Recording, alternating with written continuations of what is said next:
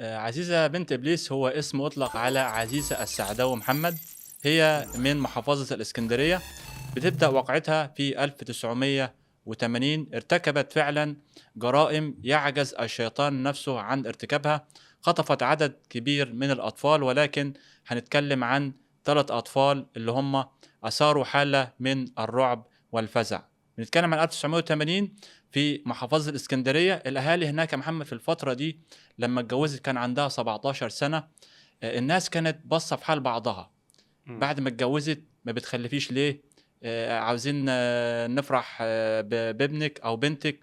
الناس بدأت من كتر الزن، هي ما عرفتش تعمل إيه في الفترة دي. منطقة شعبية منطقة والناس شعبية والناس إمم. مستنية تخلف، وأهل جوزها عاوزين زي اللي الحفيد كانوا في والابن. مسلسل رايا وسكينة كده، لا تحس إن الناس بالظبط، كلّها متداخلة في بعضها. الناس مداخلة ببعضها، وكل شوية إيه ما إمم. قربناش نفرح، إيه ما فيش أعراض حمل، ما فيش. زهقت وهُم خالص. أساسًا ما لهمش علاقة بيها أساسًا. وهم جيران بقى. إمم. فبعد 3 سنين من الجواز أجرت خلالها عزيزة السعداوي محمد، ده الاسم بتاعها، أجرت فحوصات تبين إن هي سيدة عقيمة ما بتخلفش. إمم. فاضطر جوزها إن هو يطلقها. انتقلت في شارع مجاور، تعرف عليها شخص جديد اسمه السعيد السعيد. هيبدأ طبعا سعيد السعيد يبدأ يرسم معاها سيناريو إجرامي علشان يغيظ اللي هو كان على خلافات أساسا مع أهل جوزها، اللي هو طليقها طليقها الأولاني؟ الأولاني. إمم. السعيد السعيد تقدم لعزيزة السعداوي. تمام. بعد ما اتجوزوا، عزيزة عرضت على السعيد إن هي عاوزة تبين لأهل طليقها إن هي ما عندهاش مشاكل في الخلفة، وإن هي سيدة مش عقيمة. فبدأ يرسموا سيناريو مدته 9 شهور اللي هي فترة الحمل. في إمم. الشهر الأولاني بدأت تحط تحت الأعباية هدوم علشان تبين إن هي بدأت إن هي خلاص بقت حامل بالفعل. الشهر إمم. التاني بطنها بدأت تكبر أكتر شوية، والتالت هكذا، إلى إمم. أن وصلنا إلى الشهر التاسع. خلال ال9 شهور اللي احنا بنتكلم فيهم دول، إمم. كانت طبعا هي إيه رايحة جاية على بيت، على مين؟ على أهل طليقها، علشان تبين لهم إن العيب ما كانش منها، إن هي العيب من كان طليقها. من طليقها.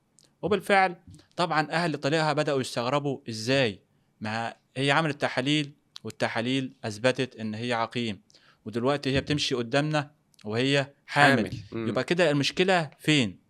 احنا كده يا محمد وصلنا لنص الشهر التاسع. إمم. المفروض الجنين خلاص ميعاده قرب. فقررت ان هي تبدأ تكمل السيناريو بتاعها على جيرانها علشان كله يعرف ان هي إمم. خلاص ميعاد ولادتها النهاردة. في اليوم إمم. ده الساعة 10 بالليل بدأت تصوت. وطبعا بالاتفاق مع أخت جوزها اللي هي الشريك الثالث معاهم في الجريمة، إمم. بدأت تصوت آلام الولادة. إمم. الجيران بدأوا يجوا على الصويت بتاع عزيزة فيه إيه. إمم. فأخت سعيد كانت بتقول إن هي خلاص على وش ولادة، وكل المنطقة أو كل الجيران كده بدأوا يعرفوا إن خلاص عزيزة على وش ولادة. إمم. هنا كان فيها وهتولد محمد، إيه بقى؟ ما حد، كله سامع إن هي بتصوّت، ولكن مش آه. عارفين يعني إيه الموضوع. تمام. فهنا محمد إحنا بنتكلم في الفترة دي 1983. إمم. كان في حاجة اسمها الداية. اللي هي بتاعة زمان اللي هي الداية دي كانت الست اللي هي إيه بتيجي تولد الستات آه. يعني في البيوت. يعني أيوه معروفة ده. كانت منتشرة. لو حد إيه من إمم. المشاهدين مش عارف يعني إيه الداية، الشباب الصغير ممكن ما أو يعرفهاش، بس الشباب هي الصغيّر ما طبعًا يعرفوهاش. معروفة يعني. جات الداية طبعًا بالاتفاق مع أخت سعيد ومع سعيد ومع عزيزة نفسها.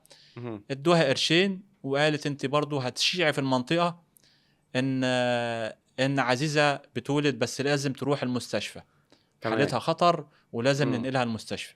وبالفعل خدت القرشين ونشرت النشرة في المنطقة. وطبعا إمم. الموضوع انتشر اتعرف بين بصورة الناس. كبيرة جدا.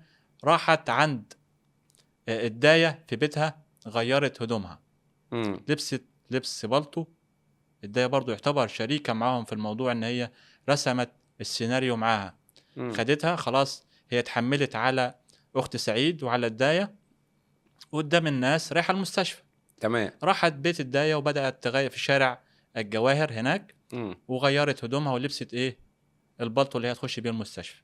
إمم. كده بقى هي تدخل المستشفى على أساس ان هي مش رايحة تولد بقى، شالت بقى شالت بقى الحاجات دي عند الداية اللي كانت حاطاه اللي هي على في بطنها هيئة وكده. جنين، ولبست البلطو وراحت هي وسعيد جوزها على مستشفى الشاطبي في اسكندرية. مم. هنا لقت أول حاجة، لقت واحدة عندها طفل صغير يعني يا دوب عنده أيام، راحت تكشف عليه في مم. المستشفى. قالت لها أنا رئيس التمريض في المستشفى، ابنك مم. ماله؟ قالت له عمال يعيط كتير وبتاع، ده عينيه مالها؟ بدأت تعمل عليها سيناريو. طب هاتي إيه أدخل أكشف لك أنا عليه إيه عند مم. الدكاترة. الست طبعا اطمنت ليها، دخلت بيه إحدى الغرف. طبعا دخلت تسأل الدكتورة أي سؤال، ما هي ما دخلتش معاها، خليك أنت أنا إيه. والست على نياتها كده خالص. والست على نيتها، ما بتكلم بقى في فترة زمنية مم. 1983 يعني. مم. دخلت بالطفل وطلعت بيه، دخلت المكتب التاني طلعت بيه، قالت لها أنا بصي هكشف لك عليه في كل الأقسام، مم. أنت خليكي بس قاعدة هنا في مكان وأنا إيه هجيبه لك لغاية عندك، ده زي ابني بالظبط. بس طبعا اطمنت، واحدة مم. شغالة في وجوه المستشفى المستشفى. وجوه المستشفى، محدش يتوقع إن هي ممكن تخطفه. مم. ولكن خلال لحظات يا محمد الست فص ملح وداب، اختفت. عزيزة اختفت بالطفل. الست يا قلبت نهار عليها ابيض. المستشفى، مم. مش موجود خالص، ولا موجودة عزيزة ولا موجود الطفل. طبعا الكلام ده احنا بنتكلم في ايه، الساعة 12 بالليل، الساعة 3 الفجر كانت موجودة في البيت. طبعا ولا في كاميرات بقى ولا في مراقبة كاميرات، انت ولا بتتكلم في اه، وقت في زمن يعني ماضي. تمام. مم. الساعة 12 بالليل بدأت الزغاريد، الساعة الفجر بقى هي وخرجت اتحركت. بقى من المستشفى خلاص، ولا حد شافها ولا اي حاجة؟ خرجت 12 وصلت البيت بتاعها. مم. بدأت ايه اخت سعيد تزغرط. مم. الزغاريد بدأت من الساعة 2 بالليل لغاية تاني يوم الظهر، الزغاريد مم. بقى ايه في البيت. اول مولود. اول مولود كله جاي يبارك، طبعا هي قاعده على السرير وجنبها الواد عمال يصوت اه. وشايلاه واخت سعيد طبعا عامله السيناريو معاها. فيلم، احنا بنتكلم في ايوه، فيلم طبعا. حصل. كده فضل معانا مهمه تسجيل الجنين. مم. بدات طلعت عزيزه مع الجنين مع جوزها مع اخت سعيد، شايلينه عنك وامشي بالراحه وخلي بالك ده انت لسه والده وراحوا فين؟ تمثيلية. عملوا على الوحده الصحيه يا باشا عشان ايه يسجلوه. نسجل الطفل. وبالفعل سجلوا الطفل وسموه اسلام. مم. واسلام ده الطفل اللي هيكمل معانا الى هذه اللحظه اللي احنا فيها. له موضوع يعني ليه تاني. موضوع تاني هنحكيه في نهايه الحلقه. مم. سجلوا الطفل الاولاني انت عمال تشوقنا كده في القصة. ما انا بقول لك اسلام ده الطفل الاولاني اللي هو اول اه. طفل اتخطف، ولكن اسلام قصته لسه مكمله معانا. اسلام ليه تمام. قصه لوحده. بعد ما سجلوا اسلام يا محمد، اسلام عاش معاهم 3 سنين. هي طبعا مطمنه خلاص ان انا ايه، ان انا خلاص خلفت وان انا اثبتت الاهل طريقي ان مفيش مشاكل. ولكن كلام الاهالي بدأ يتكلم من تاني. ايه انت مش عاوزه تخوي ابنك ليه؟ انت بتجيبي ولد واحد وخلاص، لا عاوزينك تخلفي تاني عشان ليه؟ تخوي اسلام. ايه الجيران والاهالي دي يعني؟ ما الجيران مش طب سايبه ما حد في خلفت حاله. خلاص. لا عاوزينها بقى خوي الواد، وان مم. كبر ابنك خويه، الواد بقى عنده 3 اه. سنين دلوقتي. فقالت طب انا اعمل ايه؟ قالت لسعيد جوزها انا اعمل ايه في الورطه دي؟ احنا صدقنا ايه ما خرصنا الناس في الفتره الاولانيه، مم. هنعمل ايه؟ قال لها ايه؟ قالت له هي اقترحت بقى ان احنا ايه نخطف واحد تاني. طب هنخطف واحد تاني منين بقى؟ اه. قال لها بص احنا مش هينفع نروح مستشفى تاني دلوقتي. مم. هي قالت له طب بص في سوق جنبنا كده، هروح ابص كده بصه فيه لعل وعسى ايه الدنيا تمشي. مم. راح السوق الخضار عندهم جنبهم كده اهو في منطقه في اسكندريه، ولقت واحده ست قاعده بطفل يا دوب عنده 40 يوم مثلا، رضيع صغير لسه. طفل رضيع. طب ثانية، كانت عملت بقى نفس السيناريو اللي عملته ده، البطن والبتاع؟ عملت نفس السيناريو بالظبط اللي اه. عملته في الطفل الاولاني اسلام. دخلت عليه قالت له قالت لها انا شغاله في الشؤون الاجتماعيه، وان انا يعني ممكن اتجيب لك مساعدات وانت اكيد ما عندكيش يعني عائد، وبدل ما تقعدي في السوق يبقى ليكي معاش وانا هقدر اساعدك مم. بحكم شغلي في المنطقه. ذكية أوي.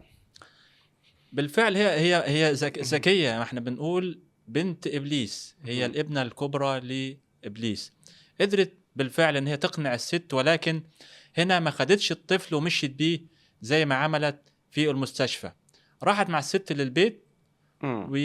وعرفت مكان البيت بالفعل. واليوم الثاني خدت مجموعه من السلع الغذائيه على ان هي من الشؤون الاجتماعيه، وقدمتها رسمت الدور يعني. قدمتها للست. سابتها وقالت لها خلي بالك من ابنك والايام دي ما تتضمنش، وعملت عليها سيناريو. جات لها تاني يوم اديتها مبلغ مالي وقالت لها ده جاي لك من الشؤون الاجتماعيه. هنا الست بدات ايه خلاص تحبها ارتاح اكتر، لها. وبدات ترتاح لها، وبدات الدنيا ايه تبقى بصوره مختلفه، ان هي ايه يعني اكثر امانا معاها. في اليوم اللي هي قررت خلاص ان هي ست حامل وميعاد الولاده جه، اللي هو بعد اليوم اللي قدمت فيه فلوس، قالت لها ادخلي البسي بقى وسيبي ابنك معايا عشان هنروح بقى على الشؤون الاجتماعيه مع بعض، اعمل لك المعاش الشهري والمعونه الشهريه لاسرتك. وهي معاها في البيت وهي يعني. معاها في البيت، وهي طبعا مم. كانت عارفه مواعيد خروج جوزها، بيخرج الساعه كام وبيجي الساعه كام، وهي كانت دايما بتروح لها في المواعيد اللي جوزها مش موجود فيها او بعد مم. ما جوزها يمشي. بعد ما الست ام الطفل دخلت تلبس، خدت وقت في اللبس، كانت دي خدت الواد. خدت الولد فص ملح وداب، في خلال مم. ثواني اختفت. رجعت للبيت بالليل، زغاريت وافراح. الطفل التاني جه نفس رجعت من السيناريو المستشفى بالظبط، خلاص ولدت. الاهالي جايين يباركوا. صبح مم. الصبح عاوزين نروح نسجل الطفل. مم. فيلم. طبعا. في ميعاد تسجيل الطفل سموه هشام، يبقى احنا كده معانا اسلام اسلام وهشام. وهشام. مم. بدات هي طبعا يا محمد هنا تقلق ان احنا ممكن حد من المنطقه يشك فينا، البلاغات تكتر، يتقبض علينا، يبقى احنا ايه خارجين بفضيحه، واهل مم. طليقي هيعرفوا هيشمتوا فينا وهيعرفوا. وهتتحبس.